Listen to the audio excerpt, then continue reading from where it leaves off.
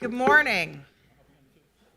Thank you all for being here today. Today is the regular meeting of the Business Inspections, Housing and Zoning Committee for November 9th. This was changed from November 7th. I do want to note that there are a number of people here for items that are very late in the agenda, so I kind of want to do a little bit of a rearrangement of the room. If you're here for the public hearing items, which will be the first items on the agenda, then you should stay in the room. If you're here for the discussion items, which I would say would be items 26, 27, 28, 29, and 30, you might want to go into the overflow room to make way for the people who are here for the public hearings, and then we can switch everyone out. So I'm afraid there's people in the overflow room for the public hearings, and they won't be here to get here for the public hearings. So let's see. In the room, how many people are staff? Raise your hand. Okay, so if you're staff here for the later items, I would say you should go in the other room. We need to free up seats according to the clerk. And if you're in the overflow room for the public hearings, I would urge you to come in now, because we're going to take up the consent agenda and then we're going to move into the public hearings. And as soon as that's done, it'll free up a lot of seats. So we'll do a little rearrangement here.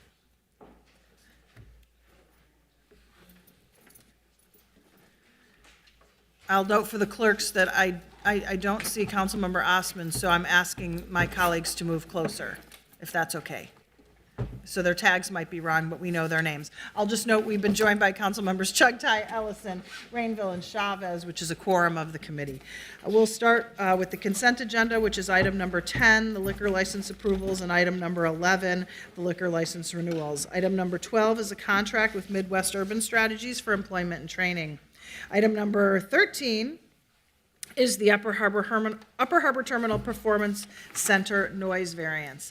Item 14 is the park dedication fee for Exeter Marshall.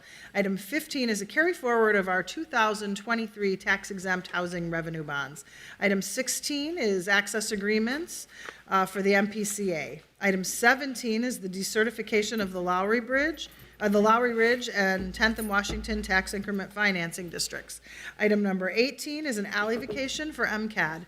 Item 19 is setting a public hearing for the 3030 Nicollet Project tax increment plan.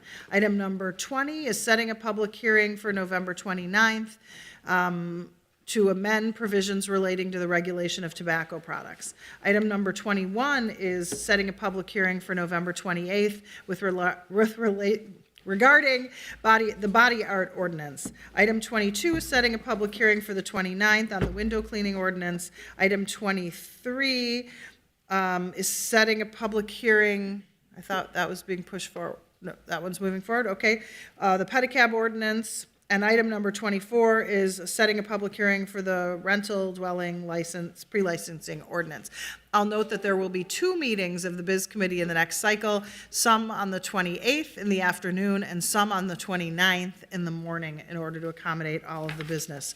I'm going to move the consent agenda items 10 through 24, except for item 10.1, I'm going to move forward without recommendation. So we'll start with item number 10.1.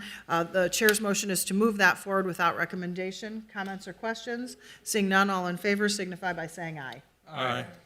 Any opposed? That has been moved forward without recommendation. On the remainder, 10.2 through 5, and numbers 11 through 24, all in favor signify by saying aye. Aye. Any opposed? Those items are approved. So if you were here for the consent items, those items have been held. Now we'll move on to item number 1, and we'll ask Ms. Lingo to come up and do this liquor license in the 8th Ward. Welcome.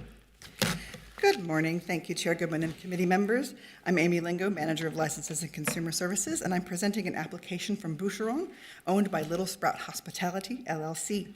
The business is located at 4257 Nicollet Avenue in Ward 8. The applicant requests an on-sale liquor with Sunday sales, no live entertainment, and sidewalk cafe. There will be an interior seating of 46 seats and 22 seats on the exterior. The proposed hours of operation for the interior are Monday to Sunday, 5 p.m. to 1 a.m. The exterior, Monday to Sunday, 5 p.m. to 11 p.m. On October 19th, 180 notices were sent to property owners within 600 feet of the premises.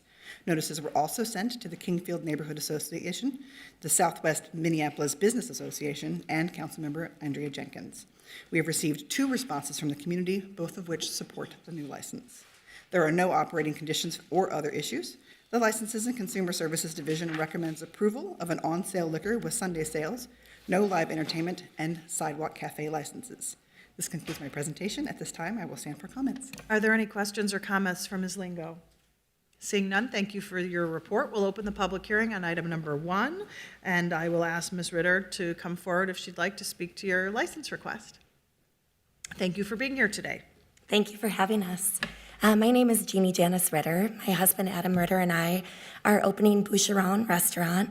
We're at the corner of 43rd and Nicolette in the former Revival Restaurant building. It's a historic building. It's housed restaurants since the 80s.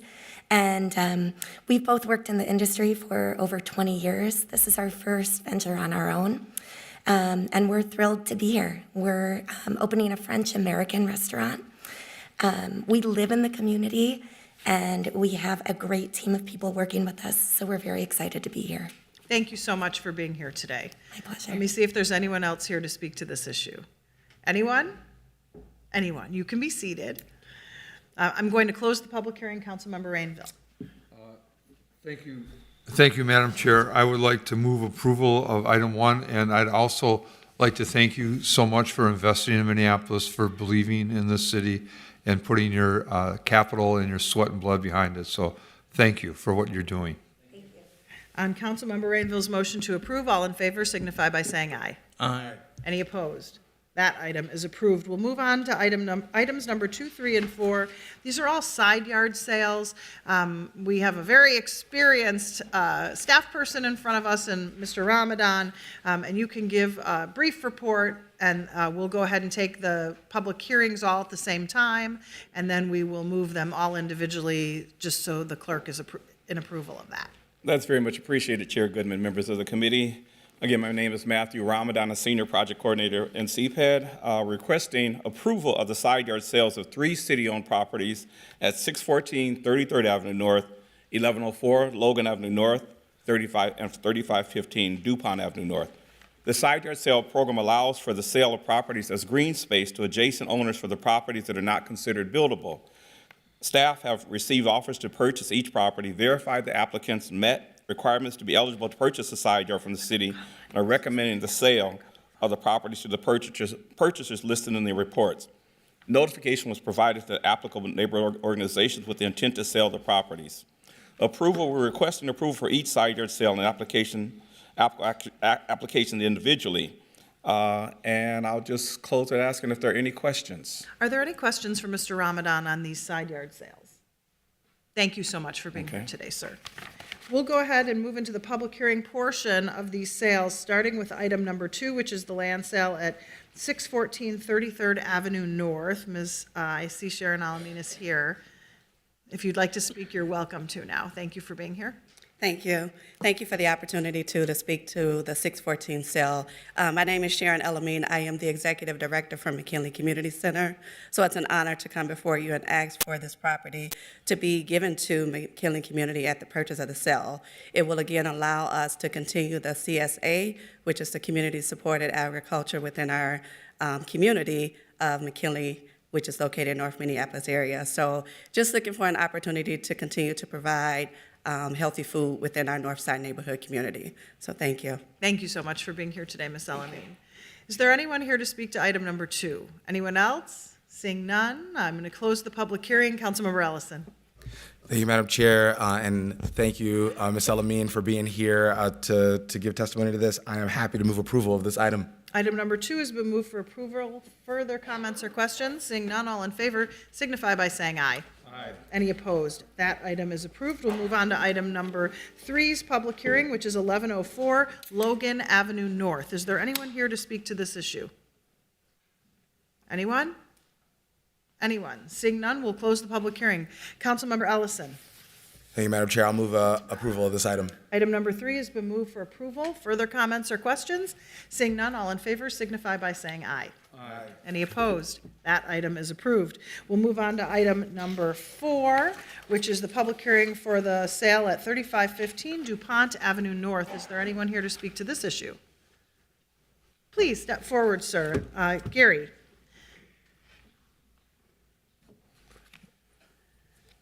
I'm a little nervous. You don't have to be nervous. Thanks for the opportunity to let me present this. I'm the co-owner and 8-year resident of 3519, which is on the north side of the lot. I have a letter here from the owner and resident of the south side. And I'd like to read her letter, and then I'll answer any questions if there is any. Sir, and you don't have to answer any questions, but you're welcome to read the letter. Okay. This is from Sam Koulis.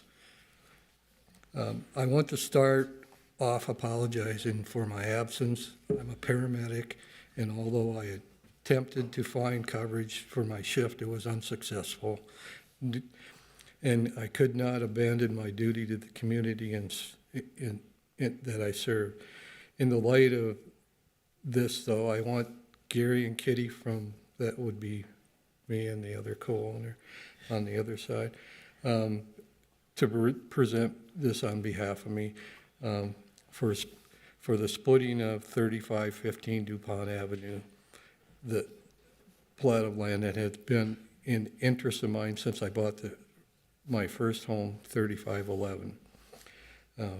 What drew me to the home originated from an original architect beauty of the 1926. Although there were holes in the walls and paint on the trim, the doors that were missing, I could see that it would soon call this my home. Had a lot of life left to give. The reason I want that I thought it would be pertinent to mention this is that I bought the home because of the same potential I saw and still see in my home. I also see, when I picture the extension of the property that splitting 3515 DuPont could bring. I see a vegetable garden producing organic nutrients. On the east side, blossoming perennials on the west side. I see clover filling the open space and bees buzzing around to pollinate plants. But most of all, I see a neighborhood gathering filled with laughter as the dogs are able to play and fetch in the new sized yard. 3511 has been grandfathered into the new regulations of this sized home, and it could be built on the property size. This limited space limits the training I can do on with my rescue dogs and makes it nearly impossible to make a flourishing garden. North Minneapolis has given me a place of my own to call home, and more importantly, a community that I can call family. The potential that 3515 DuPont can provide for myself, my family, and my community is why I feel I should be allowed this split. Thank you for listening. I understand. I hope you understand why I could not be here today. Thank you so much, and we're very happy you had the opportunity to read the letter from a really good first responder public servant. We appreciate that. Thank you. Thank you. We'll see if there's anyone else here to speak to this issue. Anyone? Seeing none, we'll close the public hearing. Councilmember Ellison.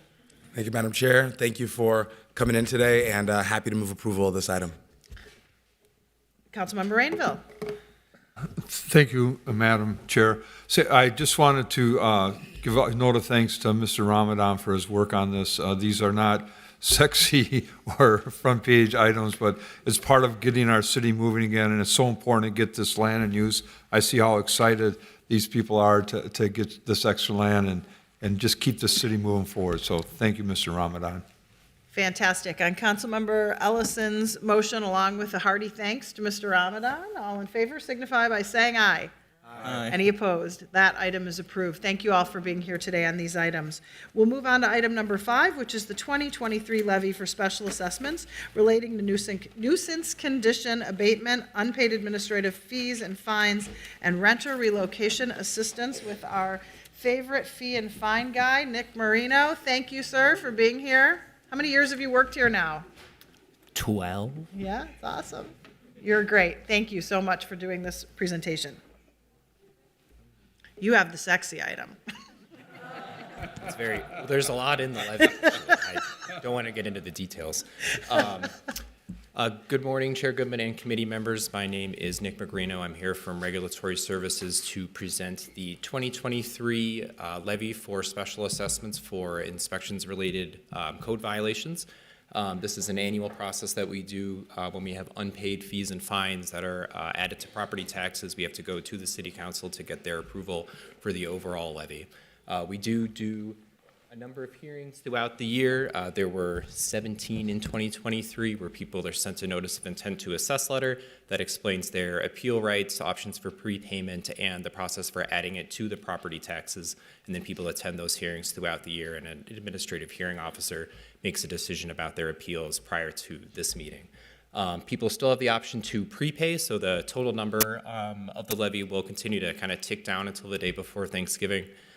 We take prepayments, we make cancellations, and then we send it to Hennepin County on the 30th. We do add 8% interest for the assessments that are in the levy. I've got the total number here. It's about 2.8 million. It includes a wide variety of assessments. Nuisance abatement is one of them, so things like mowing lawns. Also unpaid fines, so if we issue an administrative citation for a property-related violation and that remains unpaid, we add that to the taxes as a special assessment.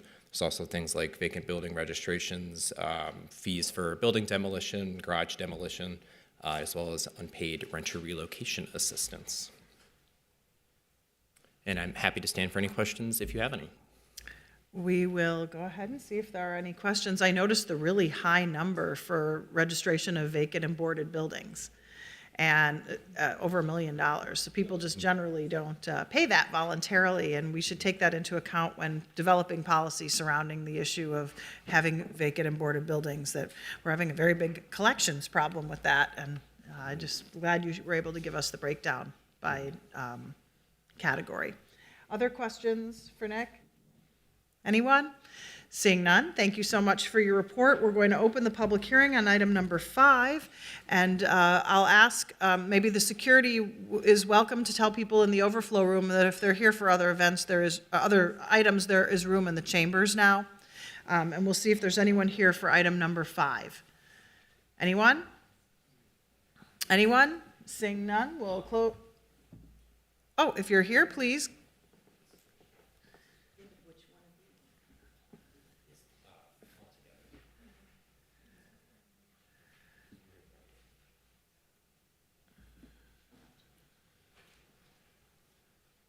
Hello, please state your name and address for the record, ma'am. Good morning. I'm Kathy Bush, and I'm not sure which one of the points this is all new to me, so we came to speak on behalf because we're one of the citations for one of the fines that have not been paid in our property.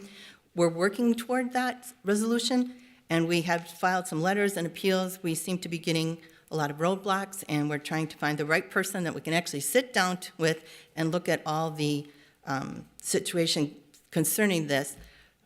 We seem to be really close in events that we have done in 1993, 2011, and it seems like maybe a T didn't get crossed and an I didn't get dotted. We're that close to getting the proper certificates of occupancy that we need regarding our situation. And so we have asked that the fines be stayed until this solution comes to it, but they keep piling up. So we just want to speak to the fact that if we could find the right person to sit down with and go through all of this and get this resolved, we're eager to do so. Well, thank you for being here. You're in the right place because Mr. Magrino is going to be the right person to talk to. Keep in mind that these fines were decided by an administrative law judge, and all we're doing is kind of approving the larger amount. So the staff are free to negotiate, but we're not going to be negotiating it from the Yeah. dais. And for the record, we were with that hearing with this administrative law judge. We were there as well, trying to sort some of this out. You're one of the good guys. We appreciate you being here. Okay. And Mr. Magrino, do you want to meet with this young lady after this item is approved? And you are the correct person, right? Yeah, I know the right person. You're Yes, starting let's get her point. to the right person. She took all the time to come down here and also to participate in the administrative hearing process, and so many people blow it off. If there's someone who actually took the time, I think we should try to work with her. So it'd be great if you could do that. Thank you. Thank you for being here. Appreciate it. We'll see if there's anyone else here to speak to this issue. Anyone? Seeing none, we'll close the public hearing. It's okay. Councilmember Rainville. Thank you, Madam Chair. I move approval of item 5. Item number 5 has been moved for approval. Further comments or questions? Seeing none, all in favor signify by saying aye. Aye. Any opposed? That item is approved. We will move on then to item number 5, which is the tax increment financing plan for a project at 550 West Lake Street. Ms. Glasper is here for this item, as is the developer. Thank you for being here today. Yes, of course. Madam Chair, members of the committee, my name is Tiffany Glasper. I'm a senior project coordinator in the Residential Finance Division at CPED. I'm before you today with a request for tax increment financing for the 550 West Lake Street Affordable Housing Project. 550 West Lake is a new construction project proposed by Lupe Development Partners for the northeast corner of Garfield Avenue South and Lake Street West in the Whittier neighborhood of Ward 10. This is the final phase of a 3-phased project and represents the developer's off-site production commitments under previous phases inclusionary zoning requirements. Phase 1 is a 111-unit affordable rental project that was completed in the fall of 2020. Phase 2 is a 132-unit market rate development that completed construction in March of 2022. Phase 3 will include 110 affordable rental units in a 6-story building. The units will be affordable to households at or below 30, 50, 60, and 80% AMI in a mix of 0, 2, 3, and 4-bedroom units. 18 of the units are subject to a HAP contract and will be supported by Section 8 project-based vouchers through the Minneapolis Public Housing Authority, and there are an additional 6 units set aside for high-priority homeless individuals that will be filled via Hennepin County's coordinated entry system. Simpson Housing is the identified service provider, and services will be provided on-site. Simpson, Lupe, and their property management company will enter into an MOU that will specify the roles of each entity in serving the residents of the project. Simpson is a recognized service provider, providing services to more than 2,000 individuals each year. In addition to the rental units, the project will include approximately 5,000 square feet of programming and amenity space and approximately 1,000 square feet for retail, noting that the market for commercial retail along Lake Street right now is pretty challenging, and the developer is prepared to convert this space if necessary. Project amenities include indoor bicycle storage, a community room, business center, exercise room, indoor play area for children, and a pet washing station. The project data worksheet in your packet shows the project's development details. In addition to the tax increment financing, the developer also plans to submit an application for tax-exempt multifamily entitlement housing revenue bonds through Hennepin County and Minnesota Management and Budget. The housing revenue bonds and the tax increment financing are the last 2 sources needed to complete the project's capital funding stack. The last 2 city sources, pardon me. Based on development finance staff's review and analysis, the project complies with the city's tax increment financing policy and meets the statutory requirements for the establishment of a housing TIF district. Additionally, there is a workable mechanism to finance the future stream of tax increment generated by the project. This includes the city's issuance of a pay-as-you-go tax increment finance note, which will be underwritten as part of the first mortgage. There are also sufficient TIF-eligible costs in the project to allow for the issuance of this pay-go note in the amount of $785,000.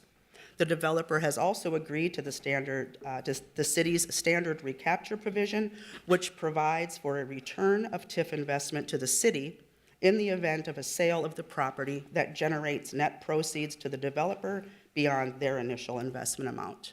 Happy to take any questions. Are there any questions for Ms. Glasper on this item? Seeing none, thank you. Thank you for giving this report. We'll open the public hearing on item number 6, which is the 550 West Lake Street Tax Increment Financing Plan. Is there anyone here to speak to this issue? Anyone? Anyone? Seeing none, I'll close the public hearing. Councilmember Shagtai. Thank you, Madam Chair. I'll move approval of this item.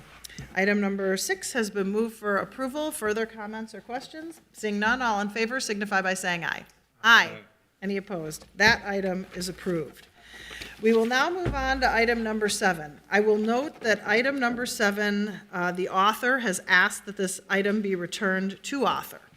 But we did post a public hearing on this item, and as a result of it, we are going to have a brief report from Ms. Lingo, followed by opening the public hearing. Is there anyone here to speak to this issue?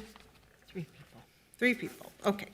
So we'll first have Ms. Lingo give us a little update on what's going on, and then we'll go ahead and open the public hearing. Good morning, Chair. Good morning, committee members. Once again, Amy Lingo, Manager for Licenses and Consumer Services. Today, I'm presenting an ordinance amendment to Title 13, Chapter 281, Tobacco Dealers, amending regulations to provide a limited license spacing exemption for qualifying commercial malls, authored by Councilmember Osman. In August 2019, a 2,000-foot spacing requirement for any new exclusive tobacco dealers was implemented. This distance requirement was put into place to control the number and location of establishments that were permitted to sell flavored, including menthol, tobacco, and tobacco-related products. Any existing exclusive tobacco dealers were allowed to remain, and the ordinance was set for future operations only.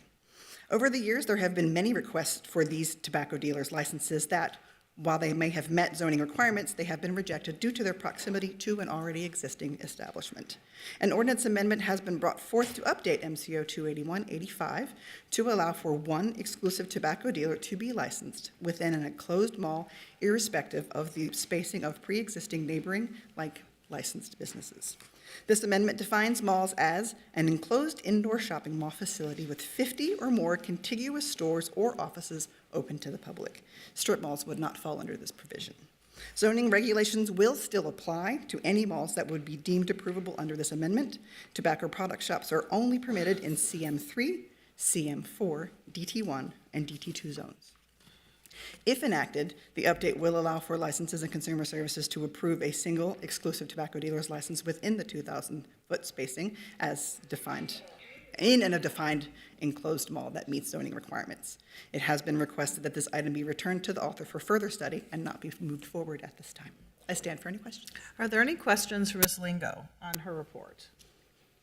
Seeing none, thank you for being here today. So I want to repeat one more time, Councilmember Osman has asked this item be returned to author. He is the author. I don't understand the situation to be that he's not moving it forward at all, just that he's not moving it forward between now and the end of the year. But this was noticed as a public hearing. There are 3 people signed up, and you are welcome to each take your 2 minutes since you came down and wanted to speak to this item, starting with Saeed Mohammed. Welcome, sir. We have a little clock going, so you are welcome to speak at this time. Yeah. Good morning, Member Committee. My name is Saeed Ahmed. I live and work in Minneapolis. I am a community organizer and working and educated this African community about the harm of tobacco, especially in hookah tobacco, and ways we can work together to make community healthier. I argue you're not weakening the city rules around tobacco sales. This proposal will allow tobacco shop in Somali malls. We do not need or want tobacco shops in malls because they will most likely to sell flavor shisha and hookah tobacco. You should know that the hookah use is not unique to any community culture. Too many people wrongly believe that we cannot regulate hookah because it is an important part of our culture.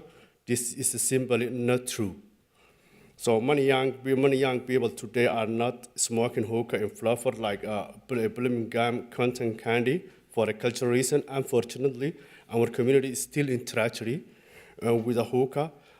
Because of that, our health is suffering. I hope that we continue to work together to help in next generation be free from harm tobacco. Please do not weakening the current ordinance. So, Thank you so much for your testimony. Thank you, guys. The second speaker is Nomad Khalif. Ms. Khalif, welcome. You have 2 minutes, ma'am. Hello, Chair Goodman and committee members. My name is Namad. I am a current freshman at the U and a youth leader and advocate for the Islamic Civic Society of America. I'm here to oppose the proposed changes to the tobacco ordinance that, if passed, would allow a tobacco shop to open inside of the commercial mall, such as Carmel Mall. These cultural hubs are frequently visited by families and young people to shop for traditional clothing, food, jewelry, and other items. I have done community outreach in Cedar Riverside and Somali communities and advocate for the ending of the sale of flavored commercial tobacco and creating a nicotine-free generation. Tobacco products such as hookah and e-cigarettes are available in a variety of kid-friendly flavors, including grape and cotton candy, as well as Skittles, Sour Patch. The tobacco industry is well aware that the majority of young people who use tobacco do so with flavored products. This is due to the sweet flavors masking the harshness of tobacco. There are many misconceptions about the hookah and culture as well, but I'm here to tell you that hookah use is not limited to any one community or culture. It is true that becoming more common among young people and people from a variety of backgrounds. Many young people who smoke hookah today are not doing so for cultural reasons. They do it for the social aspect. The shisha flavors such as Caribbean rum, bubble gum, and blue raspberry, and because they believe it is safe. Allowing tobacco shops to open in these spaces would increase youth access and appeal these deadly products. I kindly ask you to vote no on the proposed amendment and continue to advocate for healthy communities. Thank you. Thank you so much for taking the time to be here. The last person signed up is Bethlehem. Please, feel free. We'll reset the timer clock. Hello, Chair Goodman and committee members. My name is Bethlehem Yahalawork, and I manage the Health Policy and Advocacy Department at North Point Health and Wellness Center, and I also co-chair the Minnesota Menthol Coalition, which is a coalition of Minnesota health and community organizations dedicated to reducing the harm caused by menthol-flavored cigarettes and other tobacco products. I'm here today to ask that you oppose a proposed amendment to the tobacco ordinance that would eliminate the 2,000-foot distance requirement between tobacco product shops and allow tobacco shops to open inside of commercial malls, such as cultural Somali malls, which are the first of their kind in our state and offer a variety of traditional clothing, food, drinks, and other services. Families and teenagers frequent these shopping centers, and opening a tobacco shop in these spaces not only concerns me as a public health professional, but also community members, mall business owners, and individuals who frequently visit these malls. According to a recent survey that was conducted with community members here in Minneapolis, 72% of respondents indicated that they would be less likely to visit a commercial mall if it contained a tobacco store, and 78% are concerned about youth access to flavored tobacco products in Minneapolis. The City of Minneapolis has taken numerous steps to limit youth access to flavored tobacco products and to reduce tobacco use in our communities, and this proposal will undermine these efforts and also harm our community's health. So I strongly encourage you or urge you to vote no for this proposal. Thank you. Thank you so much for being here today. Is there anyone else here to speak to this issue? Anyone? Anyone? Okay, seeing none, I'm going to close the public hearing and move to return this to author.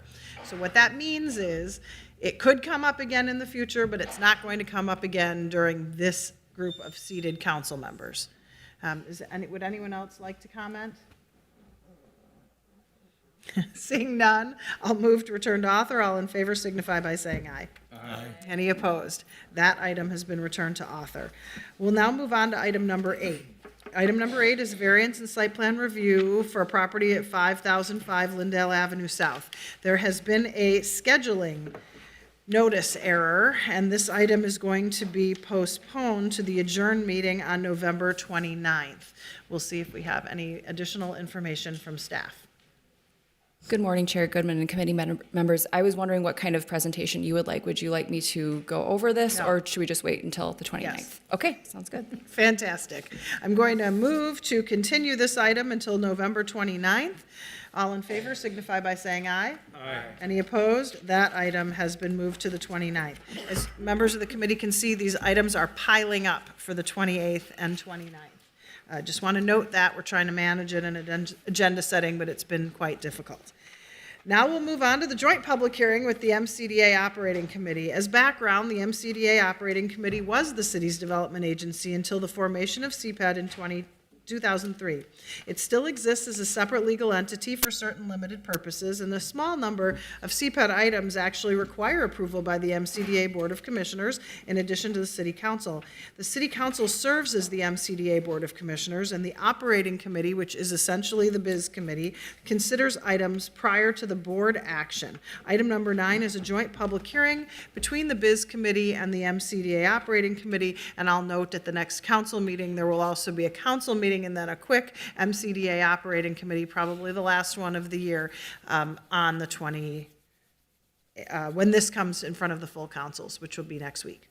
We'll go ahead and move on to that item, which is item number 9, which is the North Market Pillsbury United Communities bond issuance, and I would invite Ms. Shaw to give a presentation. Good morning, Madam Chair, members of the committee. I'm Becky Shaw from the Business Development Department of CPED. You have before you today a request for authorization of the issuance of up to $3 million in bank-qualified, bank-direct revenue bonds for the refinancing of outstanding debt on multiple properties for Pillsbury United Communities, North Market LLC, and Buildings Properties Holding LLC. Pillsbury United Communities is a nonprofit 501c3 organization that builds marginalized and underinvested groups by working with communities to address barriers directly impacting their community members. Pillsbury United Communities is a sole member of several community impact projects and properties, including the North Market at 4414 Humboldt Avenue North, the Pillsbury United Communities offices at 3650, 3646, and 3658 Fremont Avenue North, Oak Park Neighborhood Center at 1701 Oak Park Avenue North, and Pillsbury House and Theater and their adjacent properties at 811 35th Street East, 3515, 3521, 3525, and 3527 Chicago Avenue South. Pillsbury United Communities is requesting the issuance of 2 series of revenue bonds. 2023 B bonds in the amount of $1,530,000 will refinance outstanding debt on the North Market LLC property. The 2023 A bonds in the amount of $1,260,000 will refinance debt on the other 3 properties, while also transferring those properties to a newly created real estate holding company called Buildings Properties Holding LLC. As with any revenue bond financing, the funds come from the bond purchasers, not the city. Bremer Bank will purchase both of the notes, and the bonds will be repaid by revenues produced by North Market, Pillsbury United Communities, and Buildings Properties Holdings LLC, and are not an obligation of the City of Minneapolis. And I do have individuals from the organization here today to support the project, and I will stand for any questions. Are there any questions for Ms. Shaw about her report? I think what's really interesting about Ms. Shaw is she gets these very complicated issues that require many, many, many moving parts and makes it sound really easy and no one ever has any questions. So we just really appreciate all of your work. It's really complicated, and this one in particular with the refinance of multiple properties, multiple locations is complicated, and we really appreciate your service. Thank you. We'll see, is there anyone here? So this is a public hearing, actually. So this is a public hearing, a joint public hearing with the MCDA and the Biz Committee. So I'm going to open the public hearing and see if there's anyone here to speak to this issue. If you're here from one of the organizations, raise your hand. You don't have to speak. Thank you very much for being here today. We also really, really wish you the best in keeping the grocery store open. We understand this is a big part of why we're doing this refinance, and we really want to see you succeed. And we're hopefully able to be, in a small way, an assistance in that. We don't want people on the far north side to not have access to healthy food, and you guys have really done a great job of trying to make that a reality in the community, so thank you very much. If there's no one here to speak to this public hearing, I will close the public hearing and move approval of the North Market Pillsbury United Communities bond issuance, and thank staff for their hard work. All in favor of the chair's motion signify by saying aye. Aye. Any opposed? That is approved. We will then start our receive and file and discussion agenda. We will start with item number 25, which is a receive and file item. Everyone got a copy of the annual tax increment financial disclosure form. We do have staff here if there are any questions. If there are no questions, I'm going to move to receive and file item 25. We did decertify 2 TIF districts today, so that was probably exciting for staff as well. Seeing no questions, I'm going to remove this receive and file item number 25. All in favor signify by saying aye. Aye. Any opposed? That item has been received and filed. We'll move on to our discussion. Madam Chair, can I briefly interrupt? We Sure. just became aware of a clerical error on the printed agenda, so I wanted to just clear it up for the record. On item number 10, which is the liquor license approvals for November 9th, this body moved to send forward item 10.1 without recommendation, which is TXT Wine and Spirits. We've just learned that on the online agenda, it's actually listed as 10.2. So I just wanted to clarify for the public record in case, so that people know which item was sent forward without recommendation. It was TXT Wine and Spirits, whereas the item listed on the public agenda as 10.1 is different. So I just wanted to clarify that for the record. Thank you so much for the clarification, sir. We're moving on to discussion item number 26, which is the longest thing I think anyone in planning has ever worked on, including longer than the 2040 plan, the exterior building materials ordinance. Hi, Mr. Wittenberg. Thank you so much for your work. I'm sorry we're not really doing anything, but I'll let you give your report, and I appreciate all of your team's hard work. Thank you, Chair Goodman. I appreciate that. I'm not sure if this counts as a sexy item or not compared to earlier items, but as you've noted, staff has been working on this for some period of time. 4 years, right? On and off. Yep. Jason Wittenberg, Planning Manager in CPED. I also want to recognize the excellent work that Madel Muta, Planner in CPED, has been doing leading this work. She was unable to join us today.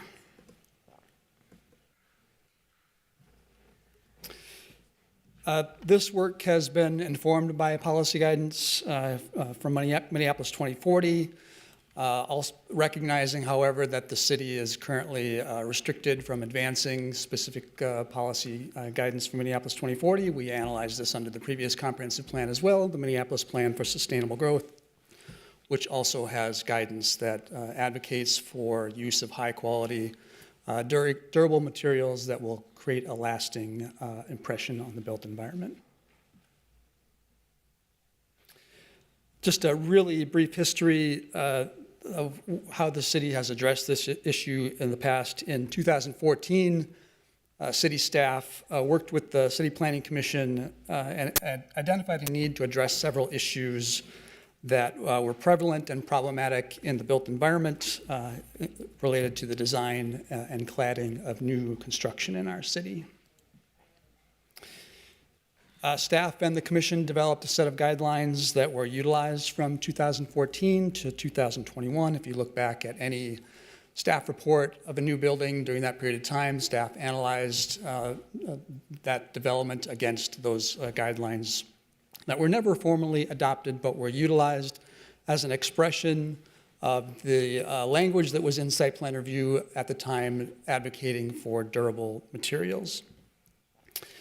In 2021, there was a proposal to formally codify a building materials classification system. That proposed ordinance was not adopted, and we stopped using the City Planning Commission endorsed guidelines at that point. So since 2021, we've had no specific limitations on the use of specific building materials on any new development in the city. This year, staff brought forward proposed guidelines that would have been more flexible than previous proposals, really setting a baseline expectation about quality with a real focus on areas closest to the public realm that would be most susceptible to damage and wear and tear of various sorts. In an attempt to bring forward guidelines that would be simple to understand, easy to administer, the entire proposed guidelines document fit on one page. I know that's very small print on here, but I'm happy to dive into it as the committee sees fit. Its centerpiece would include a table indicating where a range of materials could be utilized on a building. It was inspired by a system utilized in Madison, Wisconsin. After hearing a lot of testimony, the commission, City Planning Commission, at their public hearing, recommended several changes. I'll just run through those really quickly. They recommended allowing EFS, specifically EFS with drainage at the middle and base of buildings. They recommended allowing metal panels and wood materials at the base of a building. There was a suggested amendment to eliminate a sentence from a provision dealing with compatibility on all sides of a building.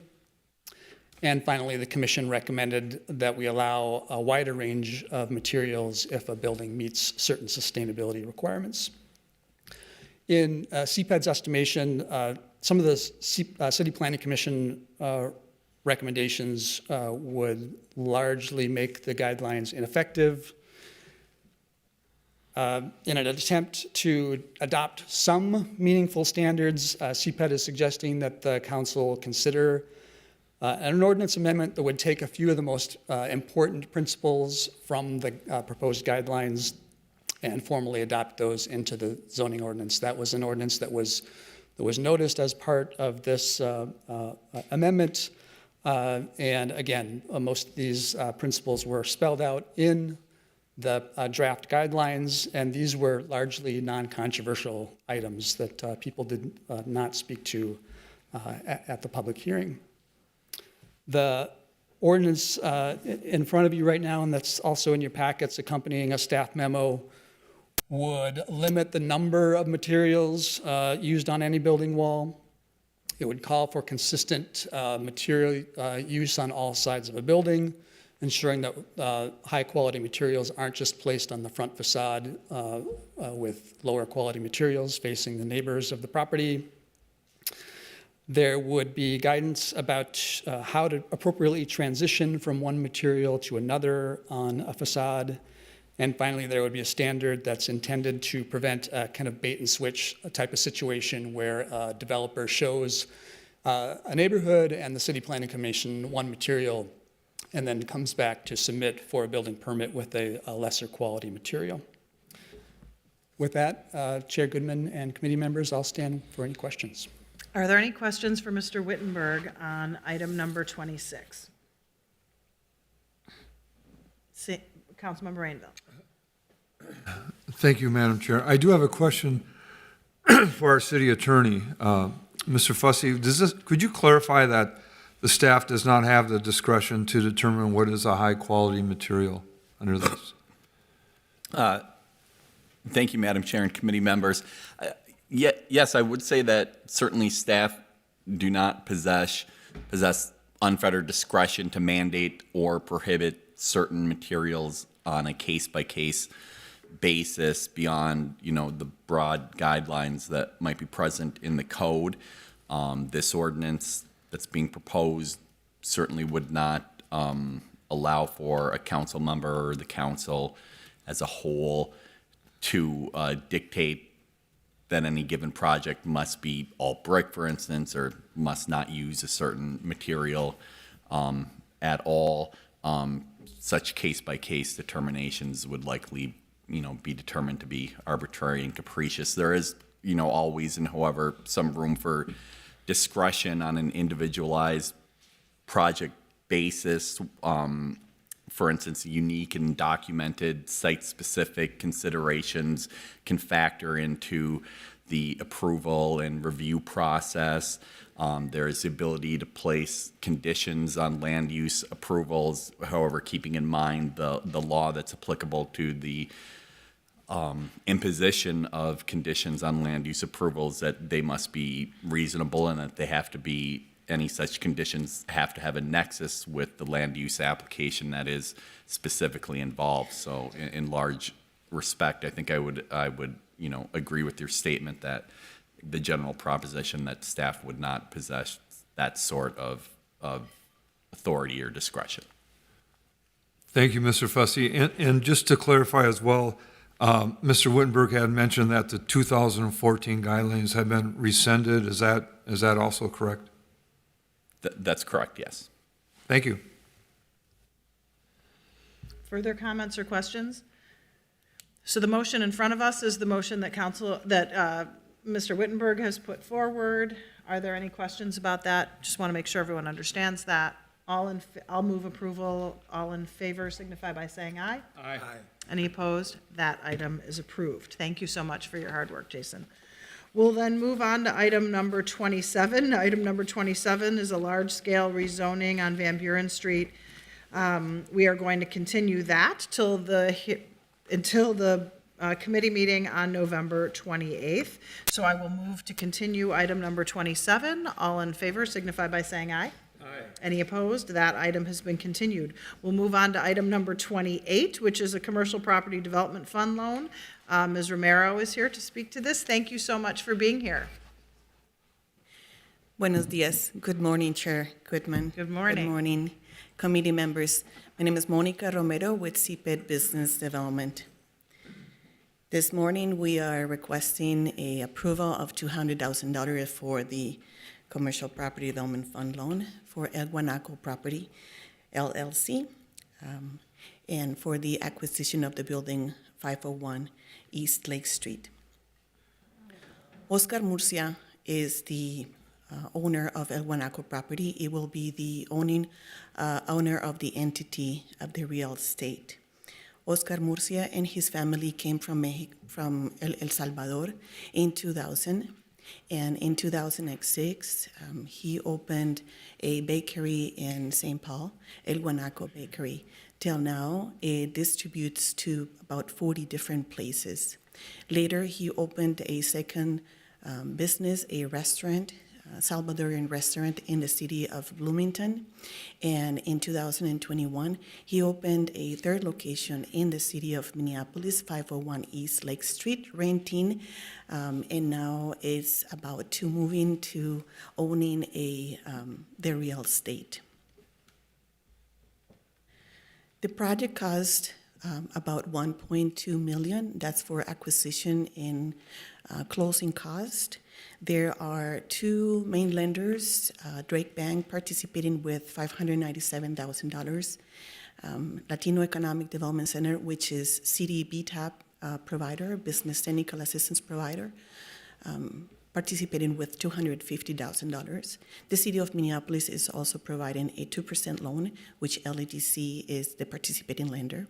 And the gap financing of $200,000 will help this project to continue being in the location where they are now and have been very popular and well attended. The property has about 5,000 square feet, and 3,000 square feet is the main level, kitchen and customer seating, and the second level is for hopefully more event planning that Oscar Murcia is hoping to have. This concludes my presentation, and I'm open if you have any question, but I also want to say El Señor Oscar Murcia is here, as well as his realtor, Diane Signorelli, who has supported the project since we started working on it a year ago and has helped with negotiation with the seller. So if the applicant would like to say a few words, they are welcome. Señor Oscar, ¿quiere decir algo? It's very exciting. We're very proud of you. I'm going to translate. Fantastic. Good morning. Thank you. Gracias por toda la ayuda y esperamos pues que nos ayuden al proyecto que estamos queriendo tener en East Lake Street para todo el público latino y americano y de todas las naciones que tenemos en esta ciudad. Thank you for your support, and we'd like to continue offering our service to the Latino community and to all the communities and all the people in the community. Y espero que, pues, que el proyecto se lleve a cabo y esperando la ayuda de todos los que participan en todo esto y esperamos echarle ganas para terminarlo y que seamos los dueños de esa propiedad. He's looking forward to finalizing the project and close on the property and continue moving into being a real estate owner. Gracias. Thank you. Thank you. Thank you for being here. Gracias. Thank you. Thank you. So thank you so much for your report. We like to highlight these stories. This is just another example of this fund really working the way it was intended to, and you did a great job. Even though it took a year, you did a wonderful job of bringing it forward, so thank you so much for your service. I am going to guess this is in the 10th ward, but I could be wrong. So I'm going to go ahead and call on Councilmember Chavez. Thank you, Chair Goodman. So this was in Ward 9, and it's being redistricted now after this year into Ward 8. So I'm very sad to lose this part of Lake Street, but Oscar is really dedicated. Him and his family are very dedicated to South Minneapolis. It's a really great opportunity. I want to thank Monica for your incredible work here. I think this is a big thing. Y felicidades, Oscar. Aquí estamos para que lo apoyemos, para que su sueño sea realidad, y aquí lo vamos a apoyar hoy. And Chair Goodman, I would love to move this. I know Councilmember Rainbow has some few comments, but this is one of the main goals of this this fund is to create that ownership in our small businesses, and this is an incredible opportunity, specifically in the Latino community today, as we will work to rebuild Lake Street, and it's a very happy and emotional day for me right now too. So, Thank you so much. Councilmember Rainville, followed by Councilmember Ellison. Thank you, Madam Chair. I just want to thank you for believing in the city and investing your time and your talents, and I wish you the best of luck. Thank you. Councilmember Ellison. Thank you, Madam Chair. I also just wanted to echo my thanks to you for the work that you're doing. You know, these projects happen one at a time, but one at a time, we're going to increase who gets to own commercial space in the city, and that's really important. And I'm really, just honored to have you be a part of that legacy. And, and as long as you can tell me where to find one of those track jackets, we'll be in good standing. But thank you so much for the work that you're doing. On Councilmember Chavez's motion to approve this commercial property development loan, all in favor signify by saying aye. Aye. Any opposed? That item is approved. We now have 2 receive and file reports that were part of legislative directives. I'd invite Mr. Hilden to come up and speak to the report regarding prolonged vacancy at commercial and residential properties. Thank you for being here today, Mr. Hilden. Thank you, Councilmember Goodman. Let me get the PowerPoint set up here.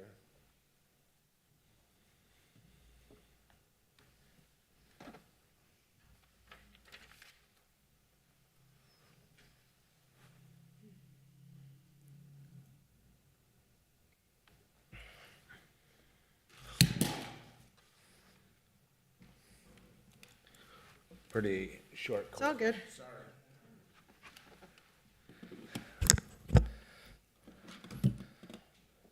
I'm here to address the legislative directive that was presented to the departments in the summer of 2023. These directives, there were 5 questions that were asked of us, and this presentation is to hopefully address those questions. First, a little bit of history about the vacant and boarded buildings. The state legislature has authorized cities through 463.26 to enact any ordinances to protect against hazardous buildings. It allows us to assess buildings. It allows us to issue ordinance on buildings. It allows us to demolish buildings and to rehab buildings. In Minneapolis, it falls under Title 12, 249. How we manage those in regulatory services and specifically inspection services, we have a team. That team is the Strategic Inspections Group. We know it as the SIG Group.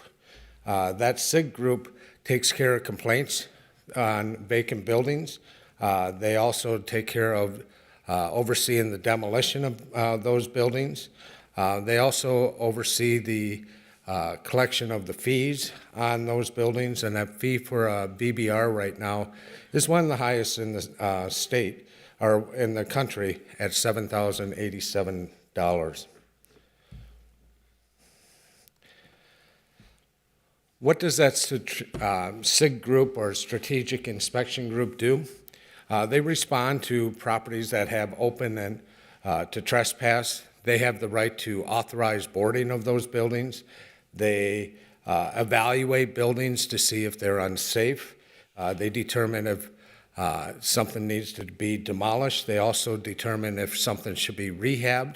They oversee those. They work with owners on the restoration agreements to bring those buildings back up. The problem that we have, people have rights to their buildings. We can't force them to bring a building back up and running. So we try to incentivize them as much as that we can. Some of the qualifying criteria for those vacant and boarded buildings: condemned, meaning that they need to go through a full code compliance. It could be unsecured, unoccupied. And there's a number of reasons for it. You see on the bottom, we talk about vacant commercial buildings and residential buildings. We've used the internal term as CVBR and VBR. Those are just our internal language for that. CVBR meant that they were commercial, and those were followed by our fire inspections group, and later we'll talk about some of the proposals that we're looking at doing. But it is just a vacant boarded registration. So here's the look for since 2019 on the number of vacant and boarded buildings. You can see back in 2019, and even prior to that, we had 298 buildings in this program. It has slowly gone down, and the graph there, you can see the number of buildings that were entered, and that's in the gray line graph, the number of buildings that were entered into the program, and it is lower. And you can also see that the number of buildings that have exited the program. So that's a positive. We see those as buildings that are coming back online for both occupancy and for businesses. Right here is a heat map of a concentration of our active VBRs in the city. We have a lot of residential homes up in the north side, but they are scattered throughout the city. I do believe that under some of our proposals, there will be more commercial buildings that will be added to this because they are not in the program right now. So fees, cost, and revenue.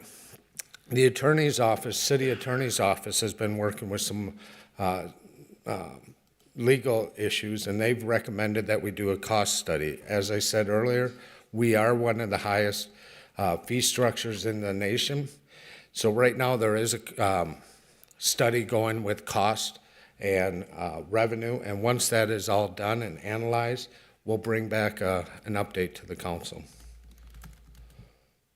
One of the things that we look at as incentivizing is doing a prorated fee structure. Right now, if a building goes into the VBR program, they are hit with that $7,000 fee, and if they turn it and sell it in 3 months, they would still be required to pay that full $7,000.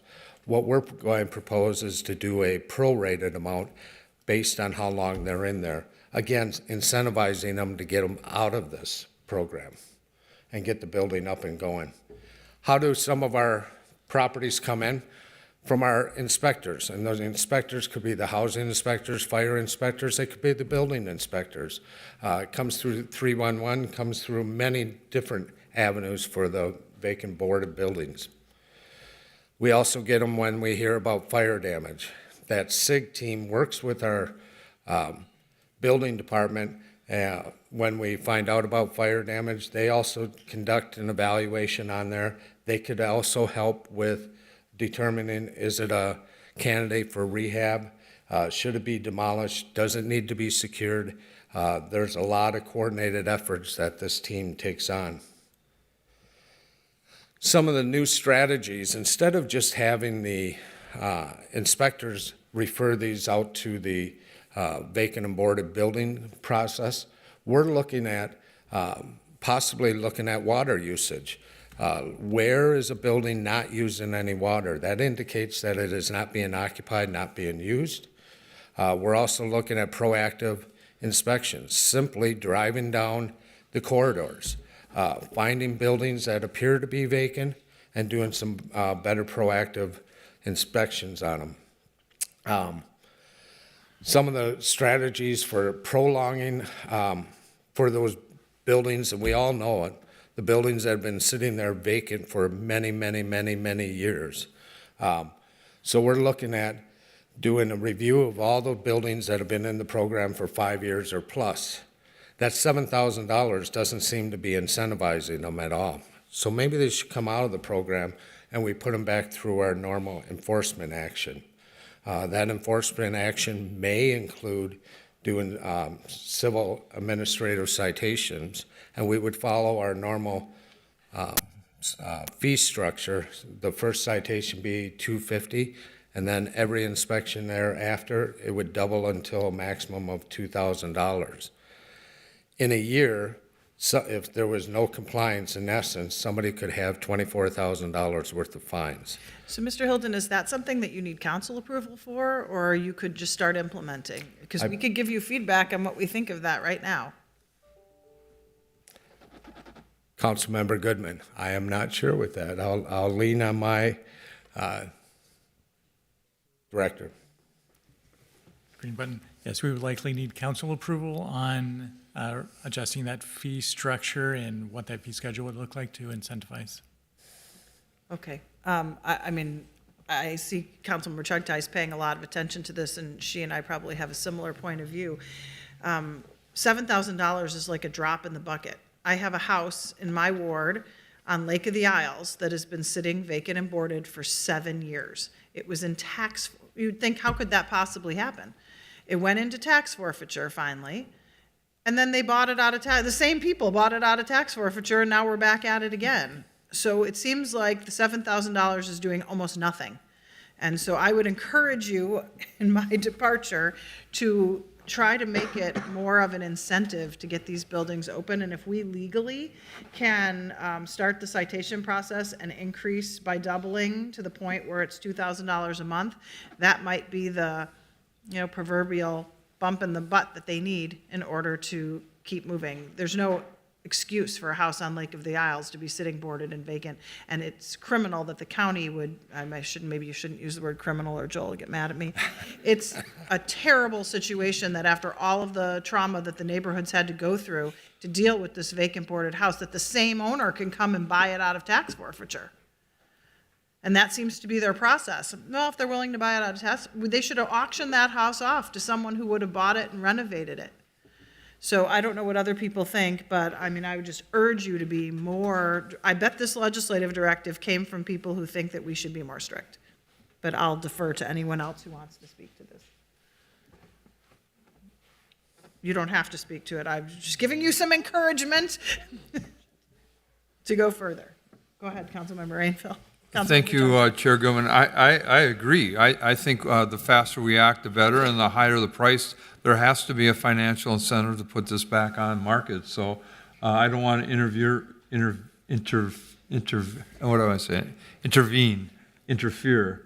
with your process, but please, let's put this on the fast track. Thank you. Councilmember Chugtai. Yep, couldn't agree more. Make it harder to just leave properties vacant. We're all in agreement on that. Councilmember Ellison. I hesitate because I'm not sure you're all the way through your presentation. So okay, so we'll keep going through that. But I hear a strategy. I want to jump on it. I mean, these legislative directors, which we're taking in our committee super seriously. Yeah. And people are coming back, and we want to encourage you to do things that would fulfill the legislative directive. Here you gave us an option, and what you hear us saying is, bring it on. We like that option, right? Yeah, and let us know what you need, right? Because we're here to support the work to make this stuff happen as well. And I was just going to note that this not only is the 7K just sort of a drop in the bucket, but just a lot of folks just consume it as the cost of doing business in the city of Minneapolis, and so having something that's harder to adjust to, right? So this step method and the 2,000 and the 24,000 annual, it makes it more difficult to just kind of build that cost in. And so just want to affirm, as everybody's affirming, that we're all gung ho on these strategies. Okay, sorry, you could continue. I couldn't wait till the end. At least we're paying attention to your report. Thank you, council member. That makes me feel good.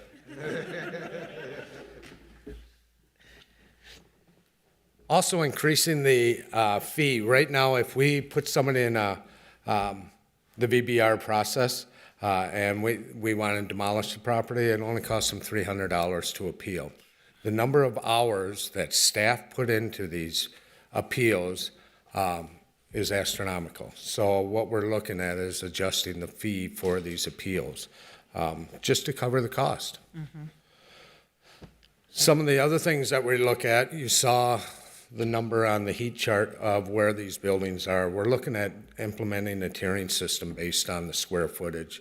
Obviously, a single-family home that might be 1,000 square feet, 1,200 square feet, is a little bit easier for us to deal with as far as boarding it, monitoring it, everything else. But a building that is 10,000 square feet or greater, and we have those around here in our boulevards and down our commercial corridors, they take much more time on staff time and material costs to follow those. So that's another idea that we're looking at for implementing. We're also implementing, we would like to do a red or color-coded, and that color code would be a red, yellow, and green. After a given amount of time, we would look at it and put a little bit more concentrated effort, concentration of staff time into the buildings that we determine are really tough buildings. They would be the red buildings. They're the ones that require code compliance. They're the ones that maybe should come down. The yellow buildings would be ones that do have some existing orders but are repairable. And we do have some vacant boarded buildings, like maybe the one that you talked about. They boarded it up and vacated it, and you could live in it right today. There are some of those out there for whatever reason. I know of one that a person died in North Minneapolis, and there's absolutely no heirs. I've spent hours trying to find somebody. And so there are those types of buildings out there. Using this color code method, we could identify the properties that need more attention, conduct a more evaluation on the inside and interior and exterior. And these would also include some repair costs. We're looking at coming in with new programs that come in with today's cost of renovation. Some of the resources that we need with that is we're looking at shuffling staff assignments rather than having our fire division, our fire staff look at the commercial buildings. We're looking at bringing that all into one, and that one would be overseen in the SIG division. Right now, Brian Starr is the manager of that, and we would bring more staff time into him and concentrate and focus on that. With that, we're going to be pulling some of their duties away, so some of the rental license assignments will probably go down if I take 3 or 4 people from there. And again, the CVBR and the VBR, CVBR meaning commercial, it's just an internal designation, but Brian's group would handle that. We also have certified housing inspectors that have fire inspection certifications. This is a sample letter that we would put out there as far as doing the compliance that you guys showed support to, that you're no longer in the VBR business, or we're going to just follow through with our normal enforcement actions. And it's always good to show you, they're not always bad, when they come out. Right here's a picture. Unfortunately, the picture we have in January shows our snowfall that's from last year, but you can see this building here was in the VBR. Somebody has gone in and brought it back to livable shape. It was beautiful, and it's nice that a family is enjoying this home. With that, I'm stand for questions. Thank you so much for being here. I just feel like the legislative directive process really worked in this case, and there's a lot of interest in this and supporting your work too. So it's good for you to hear that there's a lot of council members and it's like unanimity here supporting the work of you, Mr. Starry, and others. Councilmember Ellison. Yeah, just wanted to thank you for the presentation, and I know that this is a receive and file, but can we just pass this? Can we just like right now? No, I'm kidding. But yeah, no, thank you for the presentation. This is really great work. Mrs. Starry is also great. I love the idea that you have more capacity around you as well, and so just wanted to thank you for the presentation and thank your team for leaning into this and agree with my colleague that the staff directive really worked here. I think we've got really good information, and I'm excited to figure out how soon and how fast and we can make some of this actionable as a council and as a body. So thank you guys. Further comments or questions? Again, I want to thank you for your work. You're hearing a lot of unanimity surrounding how can we help. And so that has to feel good, that the council really wants to see you beef up your work in this capacity. And when you come back next year with recommendations, it sounds like you'll have a very good, positive response. So thank you so much for all the work that went into putting this legislative directive together. We very much appreciate it. And thank you, Mr. Starry. You're the best. And it'd be good if there were 5 more of you. You probably have at least 5 people working for you, but 5 people like you specifically have worked on these problems for so long. You're really appreciated. Thank you. Thank you so much, Pat. I'm going to move to receive and file the staff recommendation with the enthusiastic support of the committee. All in favor signify by saying aye. Aye. Any opposed? That item has been received and filed. And just as important, we'll have the environmental justice checklist legislative directive presentation with Ms. McMahon. Thank you for your patience today. Okay.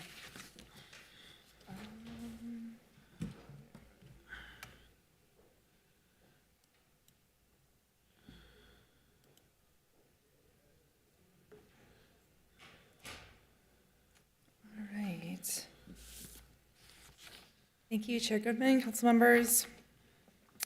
So this is a response to a legislative directive that was adopted on June 2nd, 2023 of this year, and really was part of the work around the land use rezoning study. So I'll get into some of the background of that as we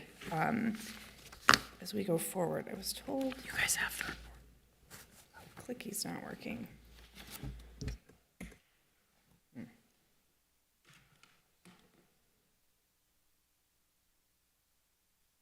Okay, so the legislative directive really was focused around specifically environmental justice as a theme, and then there were some specific components related to a environmental justice checklist, and I'll get into kind of what that is and how it could be incorporated, and then also looking at how we address non-conforming uses within our code.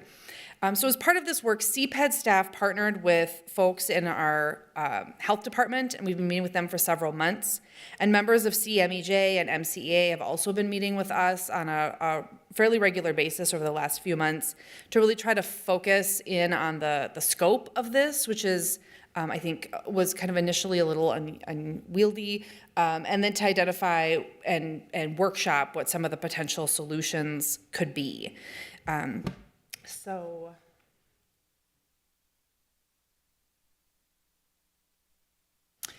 just to give an overview of kind of how the city has addressed industrial and production uses historically. So over the past 25 years, industrial land use policy in Minneapolis has really attempted to balance the benefits of a strong industrial jobs base and the benefits of the local and regional economy, while also controlling for the localized negative impacts of some industrial uses. So this has included allowing industrial land and buildings that are less well suited for modern processes or modern marketplace to transition over time into other uses.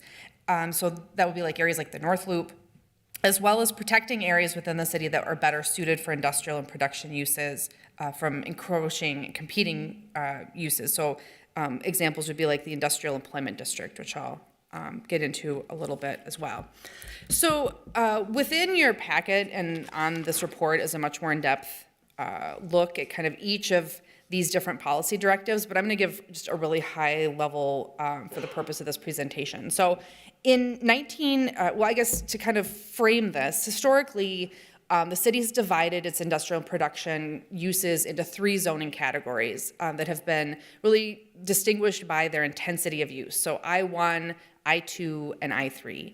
The lowest impact industrial and production uses have been historically permitted in I-1. Moderate or medium impact industrial uses are in I-2, and then the heaviest impact industrial uses have been designated for I-3. So it's generally how that's been since the initial zoning code was adopted in 1925. In 1986, the city adopted an industrial living overlay district, and so what this did was it allowed for certain industrial areas to receive this overlay that would allow residential to occur. And generally speaking, these were only applied to those I-1 or lowest intensity areas, but areas where some residential would be suitable to be mixed with existing industrial.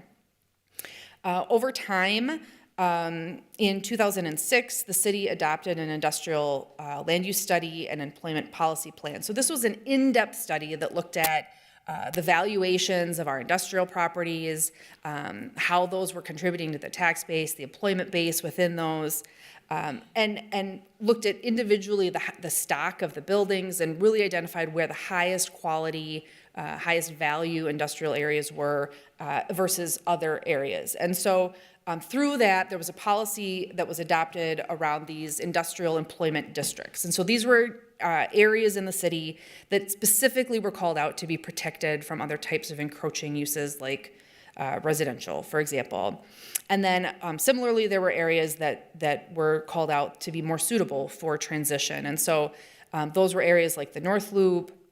The Above the Falls Master Plan really was kind of built into that. Areas that had historically been industrial, but maybe could over time really be seen as something that could transition over time.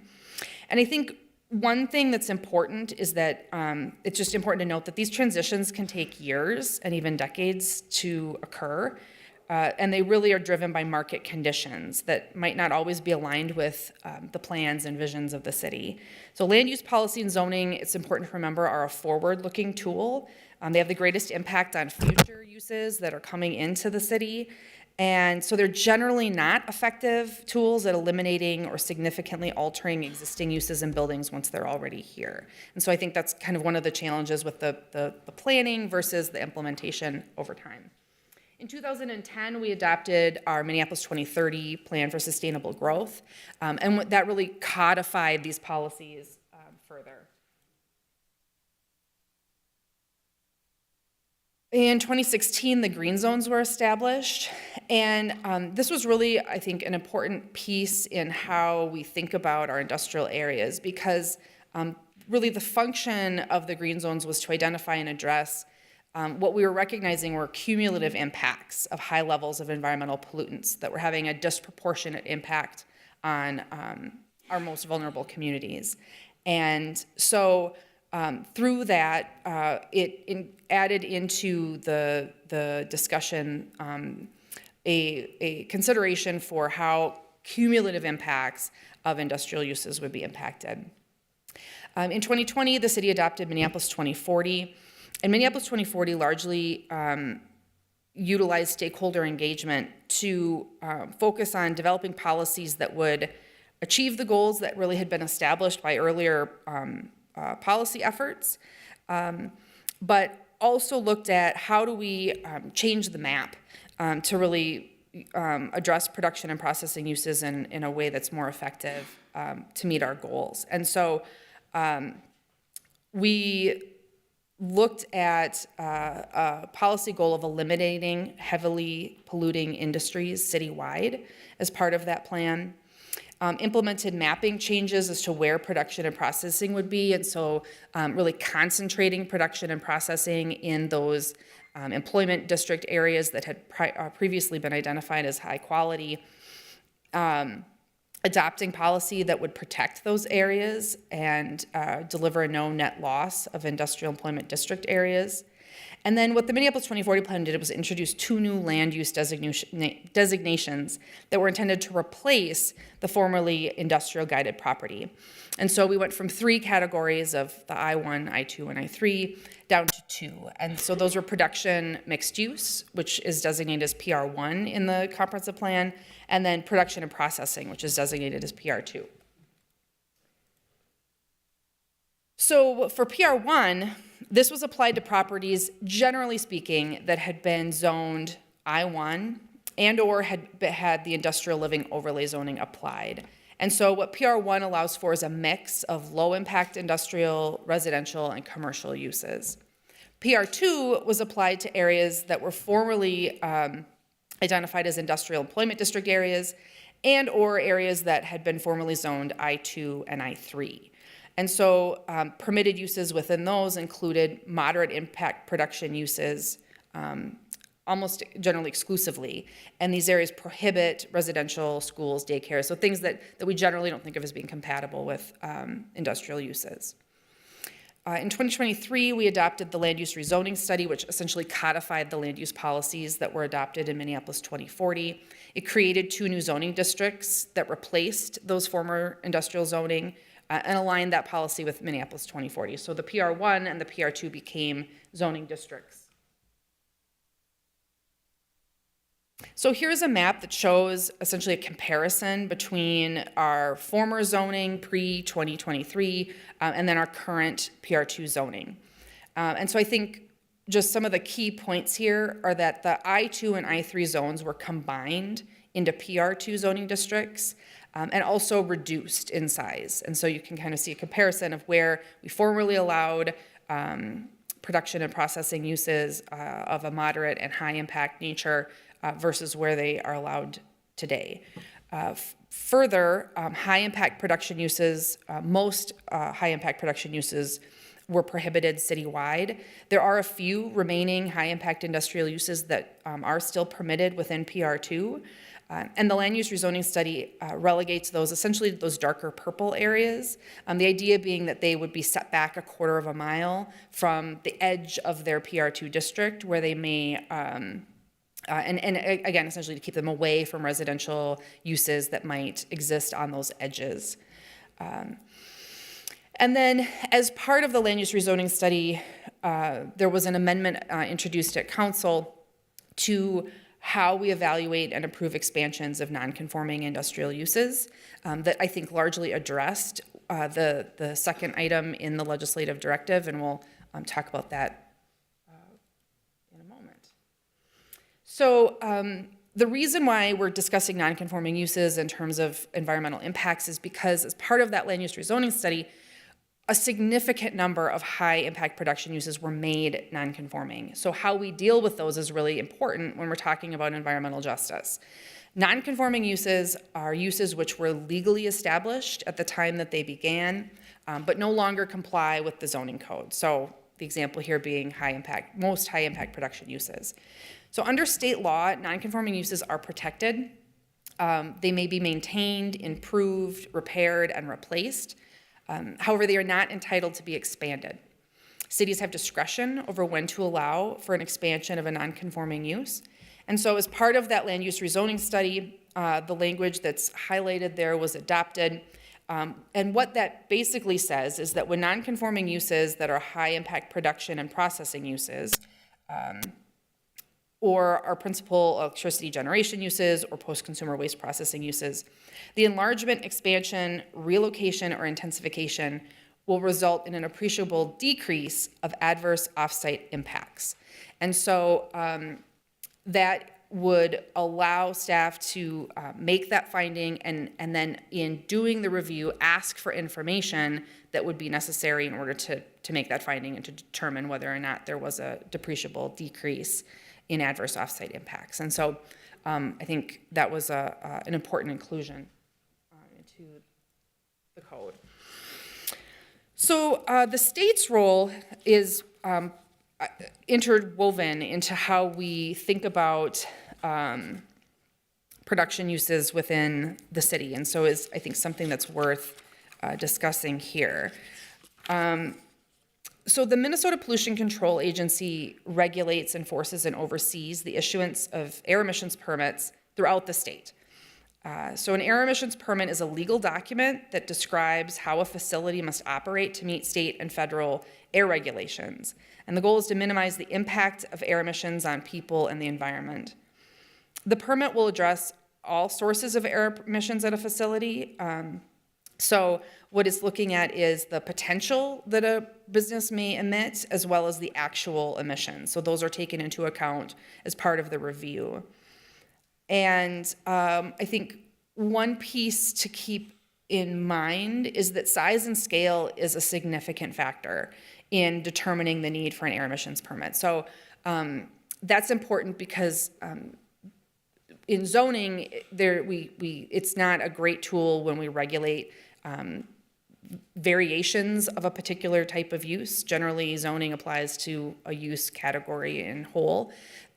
With the MPCA process, they do take scale and size of an operation into account. So an example might be a small or a metalworking shop from making in an art studio versus a metal plating facility that's 50,000 square feet.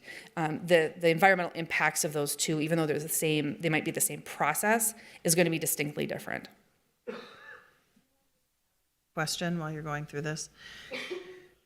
It's been reported in the paper, and there have been lots of constituents reports about state monitored pollution problems. And wasn't there one just recently, a foundry in South Minneapolis? So is the city just in a position where we kind of have to beg the state to follow through on pollution issues? And it looks here like the EPA and the state went back and forth while the owner continued to create an emissions problem. I realize this is probably more of an enforcement question, but it's not, neighbors don't feel relieved that the city says they regulate it, but we're not really the regulator. The regulator is the state or federal authorities. What's the recourse for the city or residents when the state or federal government don't actually acknowledge there's a problem or do their work in order to do something about it? Sure, but that's an excellent question. Debbie, do you want to, I know you've been working on this. Is this a bad time to ask this question? I mean, I just see it coming up right here. Yeah, that's great. The state says they're going to do it, but you only have to open the paper to read that they didn't. Yeah, so Madam Chair, council members, I'm Jenny Lansing. I'm the Senior Environmental Project Manager in the Health Department. I've been working closely with MPCA over the last week on the news that you've heard from the EPA violations that were found at Smith Foundry in South Minneapolis. To get into the question that you asked, like, are we just at the mercy of waiting? Yes and no. So in this instance, the state permits the air emissions from Smith Foundry. It's been determined by EPA that they're in violations of their permit. So right now I'm working closely with MPCA to determine what that means. MPCA is, they are kind of waiting for more information from EPA. I'm working with them to get more regulatory grade air monitors in that area around Smith Foundry. But while the city doesn't permit air emissions, and actually by the EPA definition of that law, cities are allowed to do that. We just don't do that at the city of Minneapolis. There aren't very many in the United States that do that. It doesn't mean that we can't do anything to reduce pollution. We have our Green Cost Share program where we offer incentives, monetary incentives, to help facilities switch to different processes, different chemical inputs to reduce pollution. We do have other regulatory mechanisms that we could explore using. But as of right now, for that specific instance, we don't have anything in place other than our ability through environmental services to do odor monitoring, issue citations for odor, we can get into our regulatory authority to look at nuisance issues, and we have used that in some instances. But at this level of this specific instance, because they do have an air emissions permit, we're going to, at this point, work really closely with the MPCA. Great. So we have the power to tell the public, yeah, you're right, this is bad, but not really do anything about it. That we have to rely on the state to actually do something about it is what I heard. Yep. In this instance, at this time, with our current code and regulations, yeah. Okay, thank you. Yep.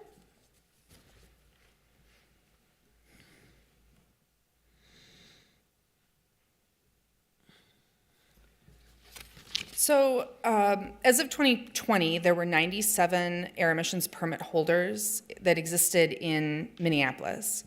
So 41 of those are non-conforming uses under the current zoning code. So these would be uses that either are high production processing uses or other types of uses that are no longer permitted. And so in those cases, if they were to come to the city for a request to expand, they would go through a expansion non-conforming use process. 36 of the air emissions permit holders aren't production uses at all. They might be office buildings, colleges, museums. So again, because scale is a component, many of the office buildings, this building, in fact, is an air emissions permit holder. And so those are regulated a little bit differently than production uses. 6 of the permit holders are not businesses that are currently in operation. And 1 is a conforming high-impact production use. It's a metal plating facility that is located within those purple areas that we identified on the last map. And so they meet the setback requirements and are conforming use. So that leaves 13 permit holders that are moderate impact production uses that are located in the PR2 district. So these are conforming air emissions permit holders. 3 are located in the north side green zone.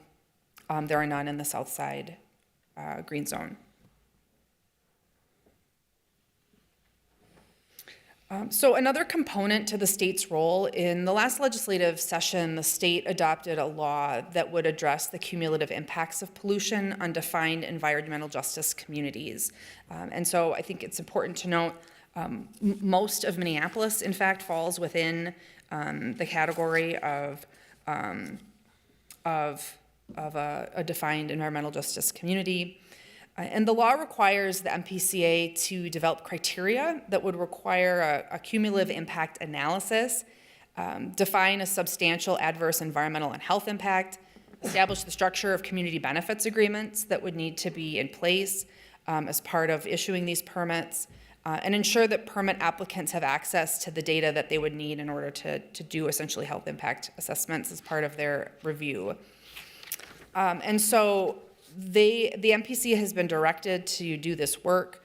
They have begun that process and have been directed to have ready for public comment and legal review a draft by May of 2026. And so that work is underway. And I think important to note that it would only apply to facilities that hold MPCA air emissions permits. So part of this discussion is recognizing that when we're talking about cumulative impacts, that moderate production uses, while individually may not have a direct impact, they're kind of collectively having an impact. And so this legislation wouldn't specifically address that area of concern. So the response to the legislative directive, and I think while the legislative directive doesn't specifically mention it, what I've alluded to is that one of the core issues and challenges that is associated with the work of environmental justice and addressing it from a regulatory perspective is this idea of cumulative impacts and those having a concentration of polluting uses, particularly in proximity to other non-industrial uses which might not be compatible with those adjacent industrial uses, such as residential uses, daycares, and schools. Further, we know that vulnerable populations and communities of color are disproportionately and negatively impacted by proximity to polluting uses and their cumulative effects. And in part, Minneapolis 2040 and the subsequent zoning changes that followed did attempt to address issues by prohibiting most high-impact industrial uses citywide, shrinking the total land area where production uses were permitted, and allowing moderate impact production uses only in districts that do not allow residential daycares or schools. And so these policy changes were implemented citywide, versus taking a more targeted effect that, for example, only would affect a designated green zones or other specific areas. And so part of the response of the legislative directive is really to explore options for a more targeted or nuanced policy solution that would address cumulative impacts of pollution on environmental justice areas. So specifically, staff explored how additional regulations on moderate impact production uses might be implemented to further meet the city's environmental justice goals, while also continuing to align with the policy goals that would be set out by Minneapolis 2040. So specifically to address the topic of environmental justice checklists, which was one of the items that was specifically identified in the legislative directive. And so this concept comes from the city of Newark, New Jersey, which had adopted an environmental justice and cumulative impact ordinance, really the first of its kind in the nation. And so what this checklist does is, in certain instances for certain types of projects, that are coming through a city approval process. So they've applied for a variance or they've applied for a major site plan approval. In those instances, the city of Newark requires the applicants to submit the data that's listed on the environmental checklist. So it's a list of information that would pertain to potential cumulative environmental impacts that would be of the proposed development. And so the purpose really is to provide a basis for more informed policy decisions on municipal land use. And so in the case of Newark, they collect that information. And I think one important piece is that this really requires close coordination between planning staff and health department staff, because health department staff really are the folks with the expertise in how to evaluate and read the data and provide that interpretation back to planning staff. I think another piece that that is, I think, clear when we look at how this is implemented in Newark is that depending on how the checklist is applied and when, the findings that are gathered from the checklist may or may not be able to form a basis for denying an application, particularly if it's for something that's an administrative approval, like a building permit or certain types of land use approvals. And so I think really we look at this as an opportunity to gather information, to understand what's out there and what's happening, and then be able to use that to make more informed policy decisions as we're looking at regulations over time versus maybe using it to make specific decisions about like whether to approve a building permit or not for a particular project. And so there are a variety of ways in which an environmental checklist might be used. And so the piece about kind of when in the process it's introduced and what are the touch points for when a checklist would be required would be something that we would need to determine if this was something we were going to move forward with. There are a number of touch points for a business, but not every business has a touch point with the city. We don't require business licenses for every business in the city. Businesses come and go every day, and the city doesn't necessarily know who's there, and partly that's the problem, right? Because we have moderate production uses that are existing, and we don't necessarily know who they are. And so, looking at if a business is coming to the city voluntarily to get a land use determination, or they're coming to the city to expand their non-conforming use, or they're coming to the city with a land use application for a variance or a site plan review, or if required, they're coming to the city for a business license, if that was something that was incorporated, then those could be those touch points where the checklist would be introduced. And then I should also note that the checklist really is just it's a form asking for information. And so there are touch points within our current process where we can incorporate a checklist, and we don't really, without the need for amending our code. you just include that in the process. We have the authority to ask for this information. I would say one example would be for the expansions of non-conforming use. For those applications, I would envision, utilizing a checklist of some kind probably would be extremely helpful when we're working with applicants to say, this is the information we need from you in order to make a determination. And we probably don't need to amend the code in order to do that. So just wanted to cover some regulatory options that we looked at as we were exploring how to address this issue. And so one of the big questions is, do we take a citywide approach or a more targeted approach? And so some examples of a targeted approach. So regulatory solutions could be applied citywide, as the prohibition on high-impact production uses has been, or the city can take a targeted and nuanced approach.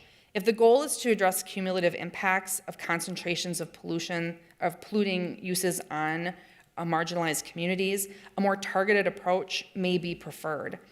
Further, because the Minneapolis 2040 plan includes land use policy that proactively encourages production and processing uses within the PR2 district, a comprehensive plan amendment may be required if we're going to diverge from that policy and apply some kind of wholesale restriction on this type of land use in certain areas. So some examples of a targeted approach would include requiring moderate impact production uses of a certain minimum size, say 50,000 square feet or 100,000 square feet, that want to locate within a designated green zone, require them to obtain a conditional use permit or a business license, and then have them through that process submit an environmental checklist that we could use to evaluate the impacts of that use.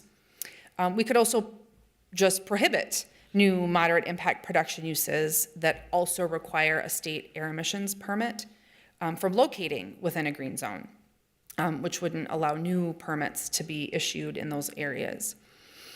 Some examples of citywide approaches would be to require all moderate impact production uses, which may be requesting a land use approval from the city and requiring a federal or state air emissions permit to submit an environmental checklist. So that's the approach that Newark has taken.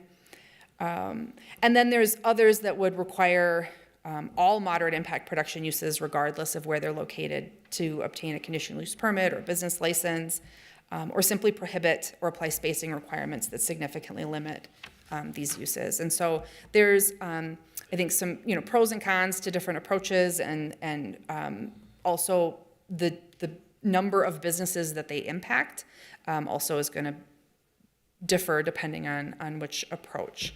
I think what we recognize is that not all moderate impact production uses are contributing to these issues, but there certainly and are very likely some that are.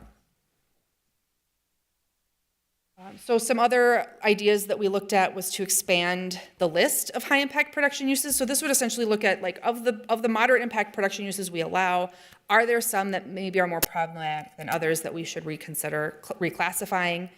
And then also looking at how do we codify the need for an environmental checklist when we're making land use determinations. And so that could be an amendment to how we define those types of land uses. So I think as we looked at this, we recognized that there were certainly policy implications and considerations with each of these options, but also likely a need for some additional study and information as we move forward. We know that more study is needed to understand what's out there today, what types of moderate impact production uses exist, and how are they contributing to cumulative environmental impacts. It's something that would be really important to know. If an environmental checklist is implemented, we would need to determine how to implement it, what the process is, what are the trigger points, and how is it specifically going to be used to improve outcomes. We also want to consider that with any additional review steps that are taken, there will likely be budget implications related to staffing capacity. Certainly, the more wide-ranging those regulatory changes are, the greater the staffing impacts that they would have. And so that would be something we would need to take a look at. We also know that any new regulations are going to have an impact on existing businesses and the potential for future businesses that may want to relocate or start up in our city. And so thinking about what those economic impacts might be. We also would need to identify threshold goals for various pollutants in order to create measurable outcomes and to have a threshold in which we would be able to evaluate whether a business was having and contributing to these cumulative impacts or not. And then lastly, I think it's clear that the city should certainly participate in the MPCA's rulemaking process, really to identify where their gaps might be, and also to ensure that we're aligning our regulatory changes so that we're not moving away from a direction that the MPCA is over the next 2 years. So just some, I think, possible next steps that we would recommend is to update the 2006 industrial land use study with a focus on moderate impact production uses and to better understand what's out there. And that could be done through an environmental lens as well, depending on the type of data we could gather, but might also help glean some of that additional information. Implement process changes that don't require code amendments that would incorporate environmental impacts. So those are things like utilizing that checklist when we're doing expansions of non-conforming uses, utilizing the checklist when we're doing land use determinations and things of that nature. Utilize the checklist when we're evaluating conditional use permit requests for those high impact production uses that are still allowed. So that could be incorporated just today into our process. And then evaluate and identify which potential zoning code amendments may further the goals of environmental justice while also meeting the policy directives in Minneapolis 2040.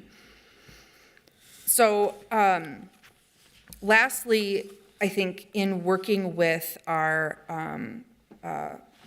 peers over in the health department, it was clear that there were elements of this work that really wasn't directly captured by the legislative directive and likely would need some more evaluation, probably led by the health department, and really recognizing that there are some pretty significant limitations to zoning as a regulatory tool in this manner, and that through the health department there may be an opportunity to evaluate and identify both regulatory but also incentive-based opportunities to apply a human impact lens to this work that maybe isn't something that we within CPED have full control over. And so we were able to talk through that, and a lot of ideas were generated, but really fell outside the scope of this legislative directive for this work. And so I think furthering that exploration would be something we would encourage and recommend. So with that, I'd be happy to answer any questions. We'll see what questions there are. Councilmember Ellison. First, wanted to thank you for the presentation. This is a lot of great information here. I do like, when you mentioned that there, process changes that wouldn't require code amendments. I feel like that feels like potentially really low-hanging fruit that we could start. I'm not going to govern from the dais and tell you what that should be, but that feels like an area where we could start to make an immediate impact. And then generally, the reason I'm glad that we've got this information, that we've been able to consider this is from a council member standpoint, I'm kind of thinking of this potentially as similar to what we did with the Renter First policy and regulatory services, which is we passed this kind of policy that's laid out in detail where we were trying to head, what outcomes we were trying to achieve. And, from my mind, I remember at the time when we were writing it, I was thinking, I just want to get us doing more TRAs, before license revocation, before building condemnation. I want us doing more TRAs for a myriad of reasons. Reg Services took the Renter First policy, made it their own, put their expertise into it. And, since we've gotten a little bit of ordinances, a little bit of, change in the department, a little bit of, a new fund that can help with relocation, things that council members weren't necessarily thinking of at the time, but because the department has the expertise and they kind of understand what their work is more intimately than we do, they were able to take that policy and kind of run with it. And so my hope is that, we won't need comp plan amendments, but that we might sort of see, a series of strategies, maybe in multiple departments, as you said, and establish establish a goal of where we're trying to go, establish a destination, and then we can start to decide, does this require an ordinance change? Does this require a new fund? Does this require more staff? Does this require, these types of things? And so, just thought I'd lay that out there, but yeah, really appreciate the presentation and the context, because I think a lot of community members might think, you can snap your finger and do this or not. And I think it's really helpful for us to understand where the limitations of our power are, but also not to arbitrarily box ourselves in and pretend like we don't have power where we don't. And so I think figuring out where we land in that is really important, and that comes through more information. So thank you for the presentation. Not necessarily a question, but just wanted to offer that as observation of as someone who's really interested and deeply interested in this work. Would you like to move to receive and file this? I am happy to move to receive and file. On Councilmember Ellison's motion to receive and file, other comments or questions? Seeing none, all in favor signify by saying aye. Aye. Any opposed? That item has been received and filed. Thank you so much for that very lengthy and informative report. I'll just check with the clerk to make sure I didn't miss anything, and note for members of the committee that we expect 2 very long meetings the week of the 28th, 29th. You can expect 1:30 to 3:45 on the 28th, and then we'll reconvene at 10:30 on the 29th to take up any remaining business. Seeing no further business before us and without objection, I will declare the meeting adjourned. Thank you.